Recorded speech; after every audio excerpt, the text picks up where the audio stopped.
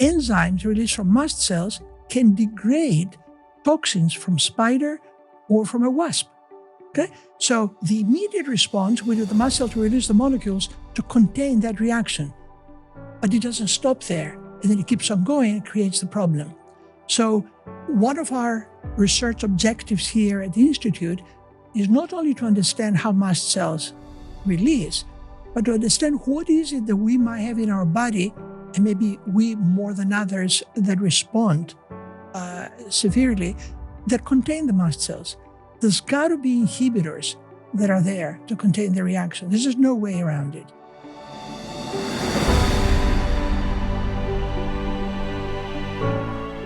Welcome to the Hope and Help podcast, where we talk about science and science-based tools to help those dealing with fatigue and chronic illness. I'm your host, Haylie Pomroy. I'm a #1 New York Times bestselling author of The Fast Metabolism Diet. I am a fierce advocate for you in health and wellness. And that's right, I am back at school finishing my PhD in neuroimmunology here at the Institute. We have a desire to bring to you the leading experts in all things that are impacting you and your health and wellness. And our guest today has been, some of our top podcasts. He's been requested to come back. And of course, we worked our magic. And so we are going to spend time talking about stress with Dr. Harris. That's what I like to call him, Dr. Theoharides, if I say that right. Good enough. Good. Thank you so much for being here today. Our community has just loved what you've taught us about mast cells and the immune system, reactivity, and how our body kind of engages with the world around it. And I think it's really good timing to have some conversation about stress. Well, I really appreciate the invite. I appreciate the kind comments of our listeners. And yes, stress is an amazing topic that is really misunderstood, and we should bring it to the forefront. Yeah. It's a topic that is, I think pervasive right now. I'm glad that with the pandemic coming up, that so much nomenclature around science and how the body adapts to a virus or, the environment or comorbidities. But I think there's a lot of misnomers around stress and how it can have a significant impact. I love when you teach us on Fridays or in courses about how it impacts the immune system. So with myself having an autoimmune disorder, it was shocking to me to hear you talk about how it can impact that. Can you share that with our listeners? Absolutely. So there are many conditions that we've known over the years worsened by stress. Allergies for sure, eczema, even worse. It's an allergic kind of reaction. Sometimes we call it officially atopic dermatitis. I've had patients who would be in a stressful situation, including the stock market, which unfortunately is going down these days, and they will break down into hives and eczema just because of the stress of having to deal with such, let's call them catastrophes. We swim in stress every day. We don't necessarily have to face a catastrophe, whether it's economic stress, familial, family, political. It just goes on. And of course, disease. Some diseases are easy to understand sometimes. Someone has a strep throat, we give them antibiotic, it's gone.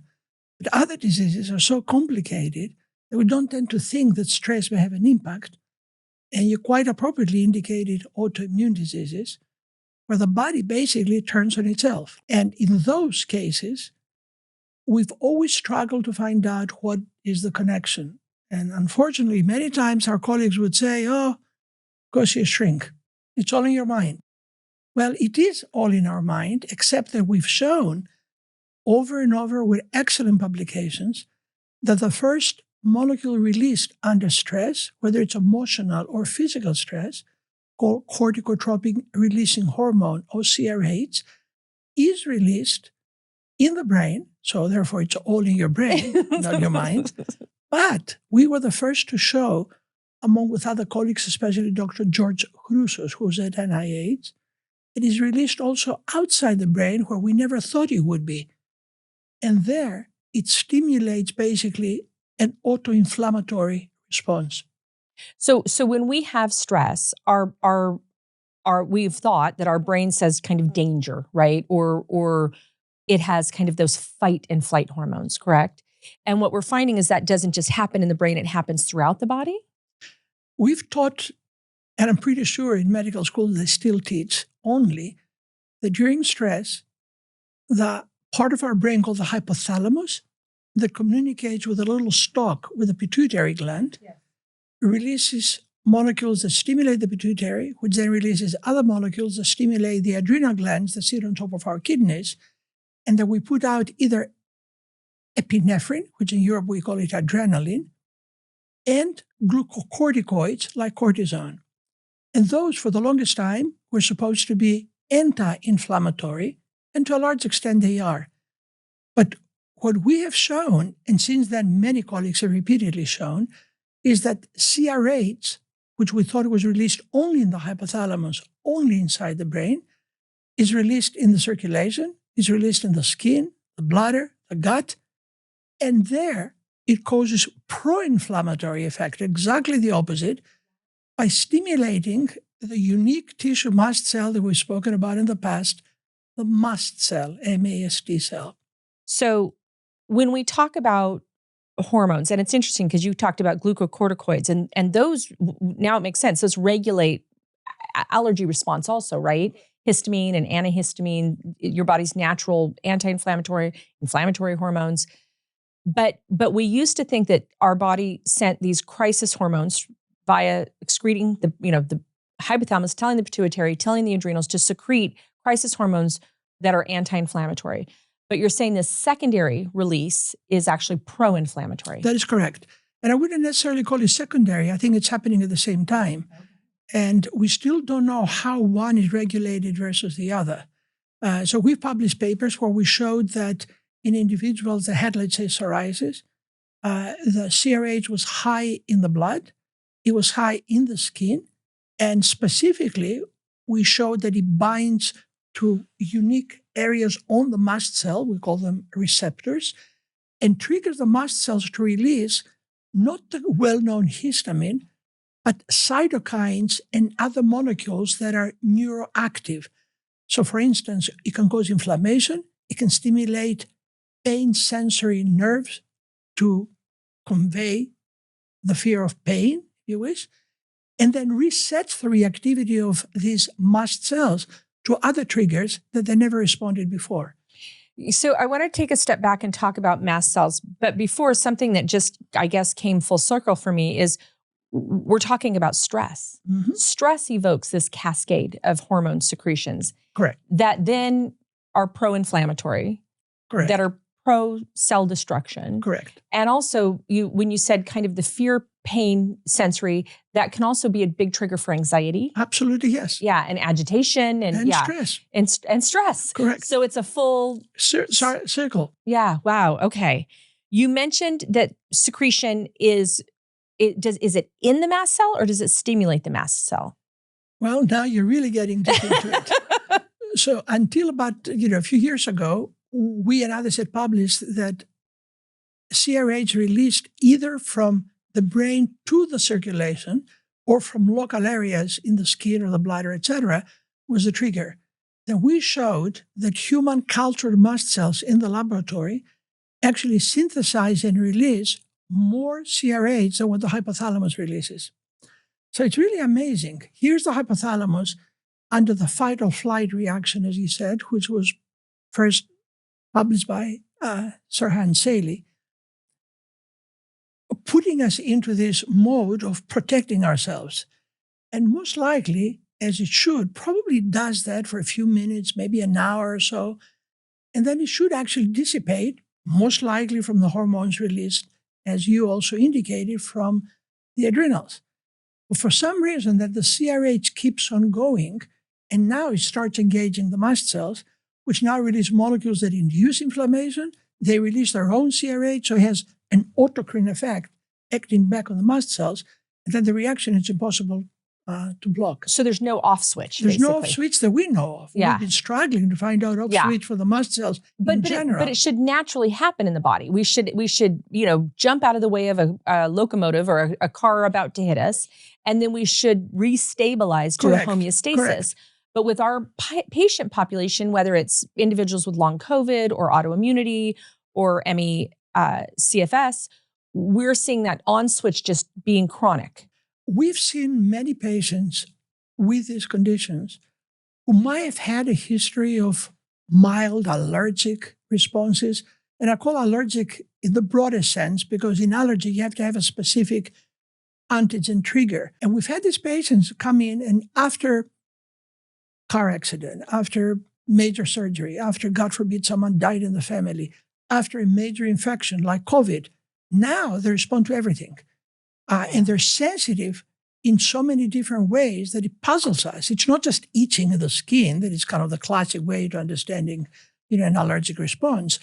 They start having brain fog. They have, gastrointestinal problems. They have difficulty breathing. And when we and others measured molecules that are known to be released only from the mast cells, they were high in the blood. So there's no question that the mast cells are involved, not only because of our knowledge that the stress hormone CRH can trigger them and reset the reactivity, but because there's evidence that they now release molecules during stress that can only come from the mast cells. So the connection, there's no doubt that there's a connection between the two of them. It's there. It's not a phantom. It's there. Not at all. Yeah. So talk to us a little bit give us just kind of the breakdown of what the mast cells are and where they naturally occur in the body and also what they're supposed to be doing. Right. When they're in a functional state. Well, they're supposed to be doing, it's a little harder. They've been around for about 300 million years. Okay. There are species like good at their job. octopi, fish, lizards. They have mast cells and they don't get allergic reactions. So obviously they do something else. Okay. And until about a year ago, I thought that they can synthesize and release about 100 molecules. A paper was published 6 months ago. Now the number is 350 molecules. Wow. It's a cell. It's found in the tissues. It derives from the bone marrow. Okay. It goes into circulation, but it does not continue to circulate. So the precursors in the blood then find their way in tissues. And depending on the microenvironment of the tissue, they mature in different what we call phenotypes. So they grow different receptors, they grow different molecules, they respond to different things. They're part of the immune system? They're part of the immune system. And in fact, we and others believe that it is the first, it's like canary in the mine. So the moment there's something that the body should react to, they basically react.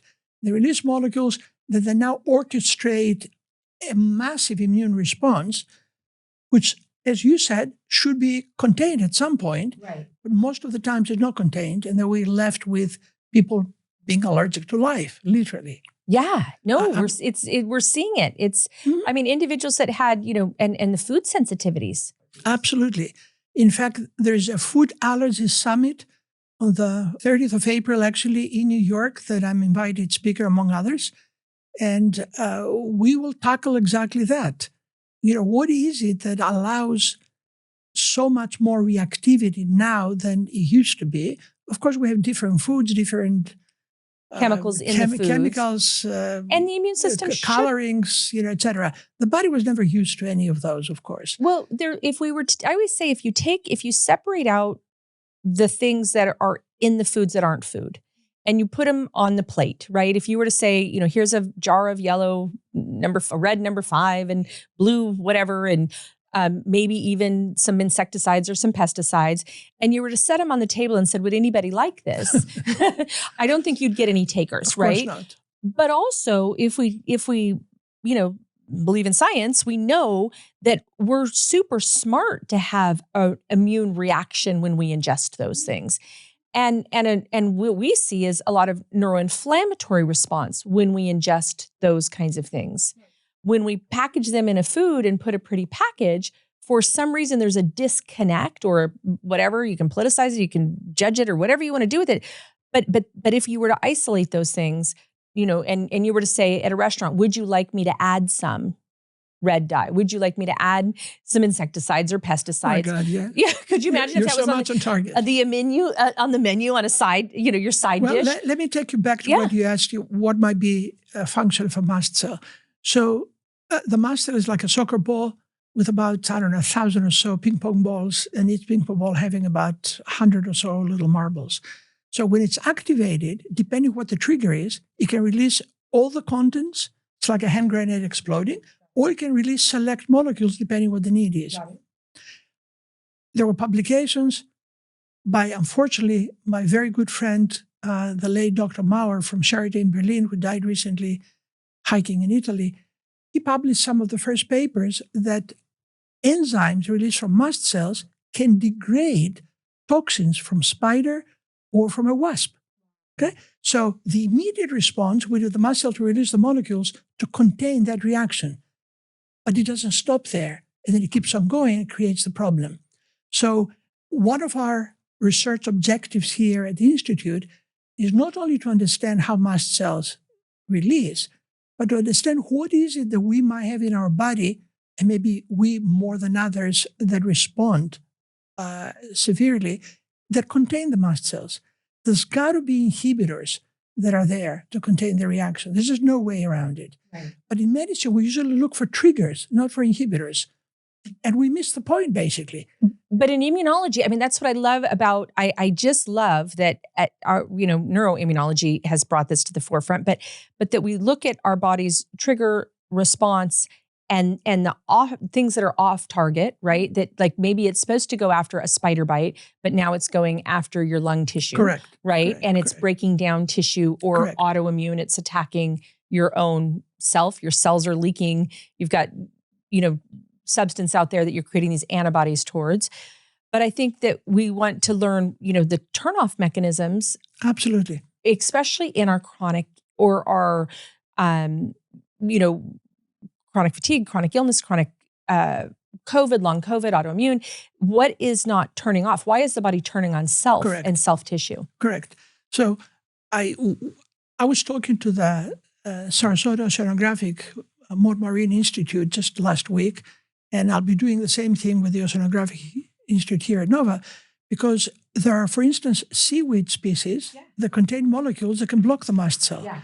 And I'm sure that's true for other natural molecules as well. So we've got to find out why certain species, it can be shark, it can be sea ray or whatever, they have mast cells, but they don't fire the same way they do in humans. So maybe we can draw blood from them and see if there's something inhibitory there, or maybe the mast cells there express something in themselves to keep them from firing. And doing what we call RNA sequencing, we can find out what it is, so eventually we can make it into a potential drug. One of the reasons why we provide community support is so that you can help navigate what's happening in your body. I want to invite you to come spend 30 days with me, free, no charge. Just go to HayliePomroy.com/member. There we have discussions like this, but the main goal of that community is to get you the help that you need. So jump in, check it out. I look forward to seeing you there. There's all kinds of stress techniques. Do you know, or can we help everybody out there that's dealing with this kind of crazy stress? How do we know when we need to deploy that? Like, how do we know that our mast cells are going crazy? I said food allergies, and hives. We talked about hives and itchiness, but what other kinds of telltale signs or alarms that go off in the body that let us know that we're not managing our stress? Well, these days, especially after COVID, we have all of these oximeters, which become very cheap. The pulse oximeters? Yes. So the pulse oximeter will give you the saturation of oxygen, but it will give you your pulse. So if under normal circumstances, your pulse is like 60, and now you're running at 120, you're stressed. Whether you tell yourself or whether others tell you you're not stressed, there's no question about it. Your pulse will go up. And why does the pulse go up? It goes up because under this fight-flight reaction, the body releases norepinephrine. Norepinephrine stimulates the heart through what we call beta-1 receptors and stimulates the blood vessels through alpha-1 receptors to constrict. So now you have constriction of the blood vessels, pumping the heart faster. It raises the blood pressure, and it increases your pulse. So I love that because that's a very easy thing that people can do. I mean, you can even check your heart rate, Now here. there are smart watches that will tell you that. You don't even need a pulse oximeter to do that. The smartwatches give me stress. Well, that too. I mean, I haven't seen a smartwatch that will tell you, watch, your pulse is 100. Yeah. That's what they should be doing. Oh, yeah. Rather than it's time to, get up and walk. It's time to go do something. You have another appointment, another Zoom call, another appointment, another Zoom call. Exactly.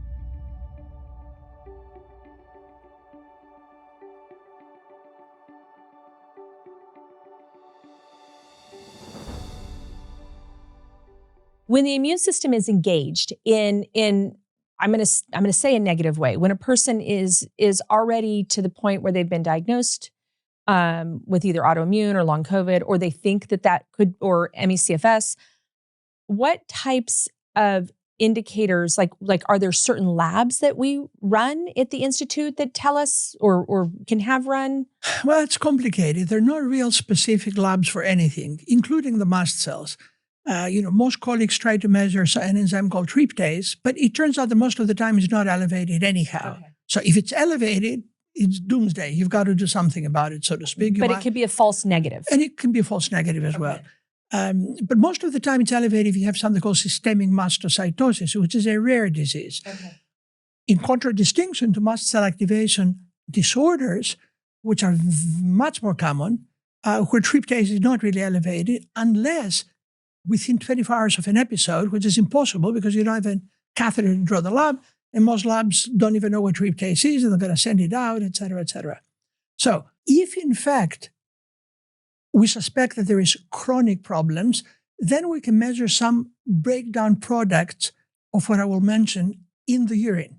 But that's got to be 24-hour urine. So if, let's say, norepinephrine and epinephrine are very high, then we can measure what is called metanephrin in the urine. If those are high, that means you're swimming basically in stress all the time. So what is that? Say that again? It's called metanephrins. How do I spell it? METANEPHRINES, metanephrins. Okay. So these are the breakdown products of what we call catecholamines. Yes. The catecholamines are epinephrine, norepinephrine, dopamine, the excitatory neurotransmitters. And if we suspect that at least histamine may be involved, even though it's only a minor mediator of the many that the mast cells release, we can measure the breakdown product, which is like Nelly, N-methylhistamine. But the 24-hour urine has to be collected cold, kept cold, and taken to the lab cold. If it warms up at room temperature, everything is gone. Yeah. And we get so many results back that were negative, and then you chase it down and say, oh, yeah, he was sitting on the bench for half an hour, type of thing. But these are just scratching basically the tip of the iceberg, because there are only a few of the molecules that are involved, obviously. So what are some of the top symptoms that we see patients come in with where we suspect that they're having mast cell activation? Or, well, they can vary, but they'll have a history of either itching or itchy nose, itchy eyes, flashing on the torso or neck if they get very upset, GI problems, especially kind of bloating and pain. On occasion, they might have difficulty breathing, but that could be for a number of reasons. But if they have such a history, and if at least some of the symptoms are reduced by taking what we usually give early on, like antihistamines, etc., that these are telltale signs that we're dealing with such problems. Now, you can go down the route of measuring all kinds of molecules, right, but most of the time, the way we will address the problem will be the same.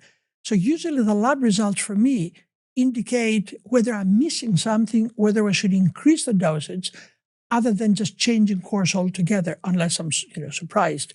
So for instance, if histamine is broken down in the blood, we'll measure it in the urine, as I said.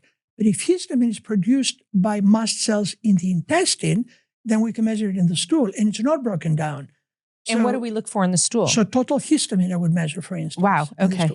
The second thing that I would measure is mast cells go together with another blood-borne cell called eosinophils. Yes. But eosinophils, as with mast cells, I don't believe the numbers are the most important thing, is their activation. So yes, you might have a few more eosinophils, but I actually measure eosinophil cationic protein, or another similar protein called eosinophilic protein X, But the eosinophils are activated, they release these molecules. These molecules trigger the mast cells. So if these are high, I know that there's something happening there. Something's going on. And it's either an allergy of some sort or a parasite in the intestine or some autoimmune problems, because we see this going up with other autoimmunities. So do you feel like when a patient's under tremendous stress that they are diminished in their capacity to get well? Absolutely, yes. We published a couple of papers 15 years ago. We inoculated mice with adenocarcinoma of the mast, of the breast, or we're going to say mastos in Greek, where the name derives from. And then we put them, separate them in two categories. One, we put them back in their cage, and the other, we put them into a plexiglass immobilizer from where they couldn't move. They could breathe, they could smell, etc., for just 15 minutes. And then we used whole body imaging to see where the metastasis will go, because this carcinoma was actually fluorescent. So just 15 minutes into the chamber, we had 10 to 100 times more brain metastasis than out. Just the stress of 50 minutes being immobilized. So, that if that doesn't tell you, I don't know what would. Stress matters. So I'm always a proponent of trying to block the mast cells and reduce stress. So starting with the stress, there's a natural molecule called ashwagandha that's fairly safe, and you can give anywhere from 200 milligrams to 1,000 milligrams a day. The different companies that make it.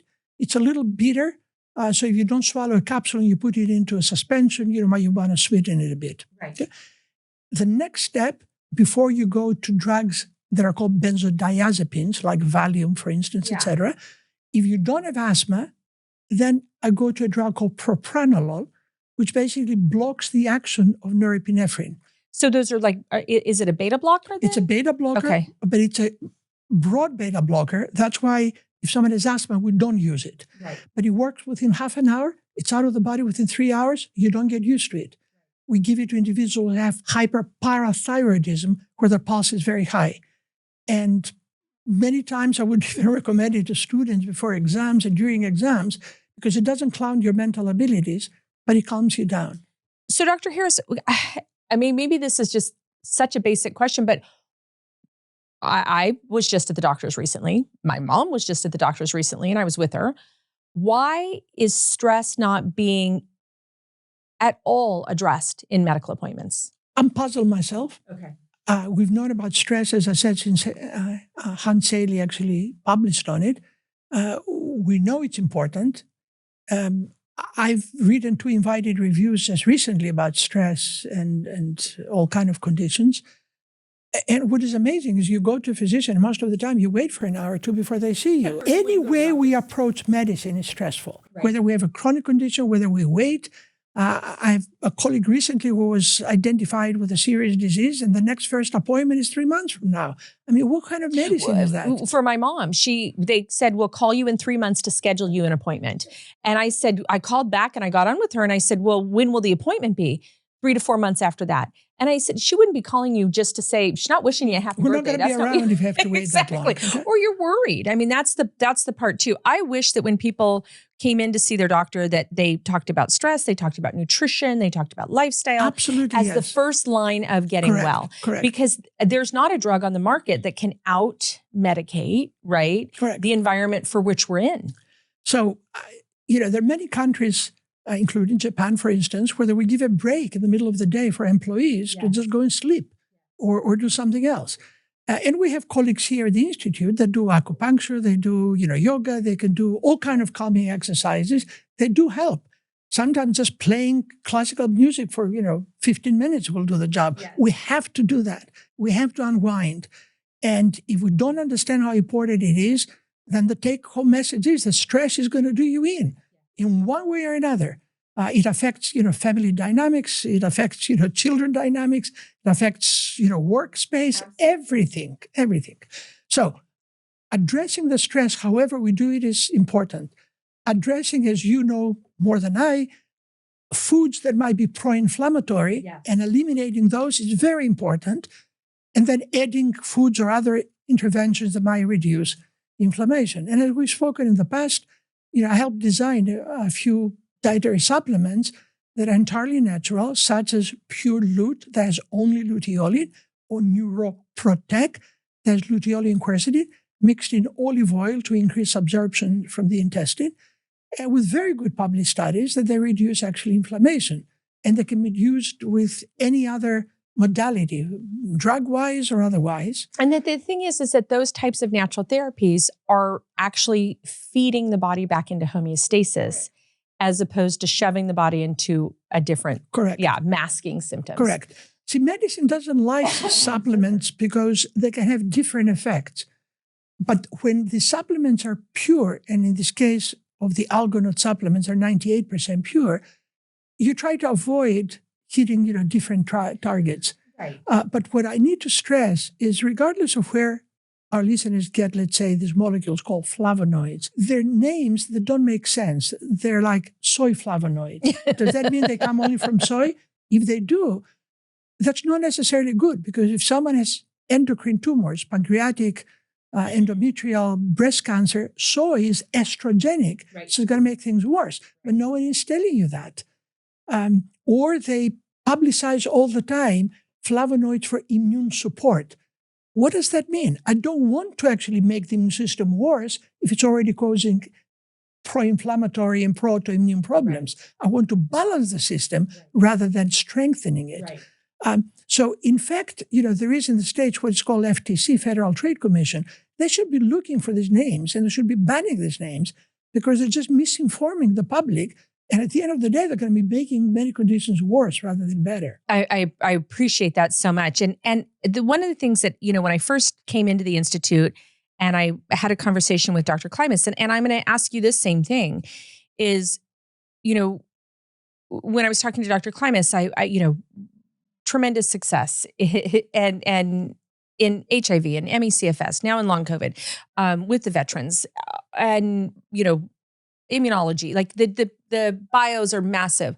Why in the world would you be doing anything integrative medicine related? Because you have this whole formulary, right, of drug access and diagnostic access.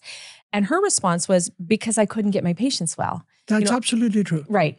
And I ask you the same thing. I mean, your bio is shocking. I love it. It's amazing. And yes, and why at this point are you still pushing forward with, talking about stress and food and natural therapies and the whole integrating of wellness for the patients? Well, first of all, in medicine, there's a lot of other fun things to do. do. If we don't understand something, either we give it a name, we call it idiopathic, as if this all of a sudden. Yes. Or we cannot afford the time. I had a very good friend in Michigan who was going out of his way to help patients with mast cell activation disorders.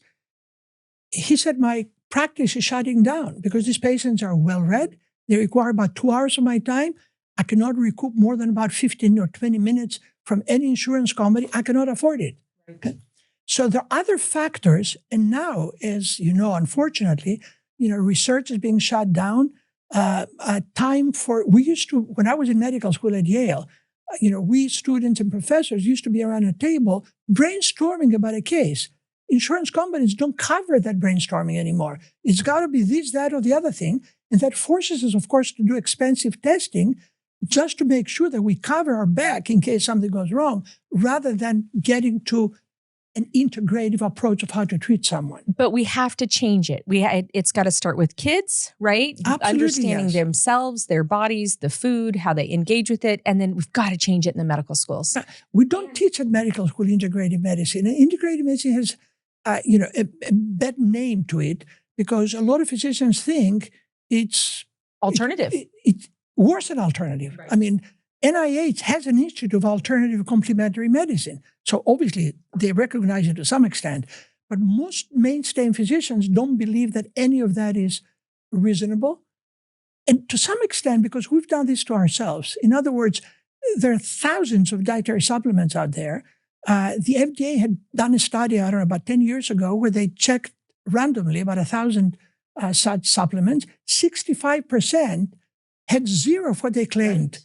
Plus, as you said earlier, all the additives and the dyes, etc. So clearly, a physician would be very worried using something that it's not as pharmaceutical grade, if I can call it that, as possible. But I'll say this. It was interesting. I was taking a class and we did a whole FTC. We were doing a whole FTC deep dive on supplements and supplement companies. And we were asked to take a supplement company that we felt had the most detrimental. Very interesting. It was fascinating. And the term was, it needs to be pharmaceutical grade. Well, so what we got to do, I was at George Washington University at the time in the public health department.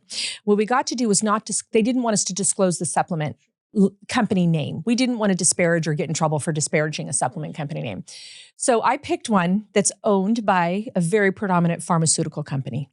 And it was considered in our whole group as the most detrimental. We sent it out. Yeah, detrimental. God. Yes. And then at the end, we got to disclose if we wanted. And the professor at the time was very, just so you know, he was very anti-supplements. That's why he said, it's not regulated. There's nothing in the bottle. And I agree with you. I say 90% of the supplements on the market now, I believe it's gotten worse since pharmaceutical companies have bought them all up. That is right. Correct. They're making cheaper. Sometimes the cap is worth more than what's in the actual bottle. Right. But what was crazy was the claims. Our professor was saying, and used my example as the claims that were made by this supplement company were so hideous they should be taken off the market at FTC, this and that. And when I unveiled, he said he was just dumbfounded. And I said, look, I don't care who owns it. If they're not third-party testing, if what's in the bottle isn't being tested, and now all these companies that are like, if you can afford to be on the shelf of Walmart, I wonder what's in the bottle. Oh That's God, of course. This is why Algono that makes the Neuroprotect, the Purely, et cetera, they're voluntarily FDA registered. Yes. They're made in, of course, GMP certified facility. They're actually assayed by Eurofins, which is an independent party, and this might not be well known, but if you want to export them and you ask the FDA to check them, they give you a certificate of free sale that says FDA. It's got a golden seal on it. It's renewable every 2 years. So there are ways. And now Amazon, as you might have heard, gave to end of April for companies that sell supplements on Amazon to produce independent testing. The company that you mentioned, it has to be that pure to be therapeutically in part of our protocol. I mean, it just has to be, because we've got to get the patient well. Yeah, well, we aim for 98%. That's as close as one can get. We can't get 100%. And in some cases, extracts are helpful. You don't have to have, 98% purity. But in extract, you might have 200 other things there. So yes, you might get a benefit, but you don't know what the benefit is coming from and what interactions you might have with other drugs, other supplements, kind of, et cetera. So. Agreed. Well, Dr. Harris, I cannot thank you enough for talking and explaining, I think, how stress impacts the immune system. Because I think when we understand the science of it, then we can give value to correcting it or making the change. Absolutely. And I love that you're a huge advocate for wellness, for the right supplementation, for food. I mean, sometimes I feel like we get gaslit a little bit when we, right? Sure, when we go in and see our doctor. Again, I'm so glad I was with my mom at her visit, and where it's almost poo-pooed a little bit, but she's 83, she takes no medications, and she out-camped me for her birthday. So I was like, let me get some rest. And I know that it's because of, working so diligently on all aspects of her health.